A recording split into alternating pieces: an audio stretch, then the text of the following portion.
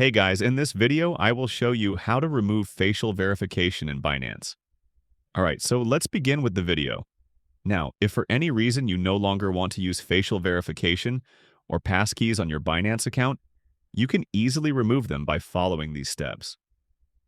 To get started, open the Binance app on your device. Once you're on the home screen, tap on the three lines in the top left corner. From here, tap on your profile, wait for the page to load, then scroll down and select Security. Inside the Security section, tap on Passkeys.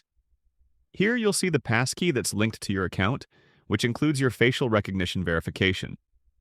To remove it, tap on the Delete or Trash icon on the right-hand side. Binance will then ask you to confirm this action. Tap Continue, and when prompted, verify yourself to proceed.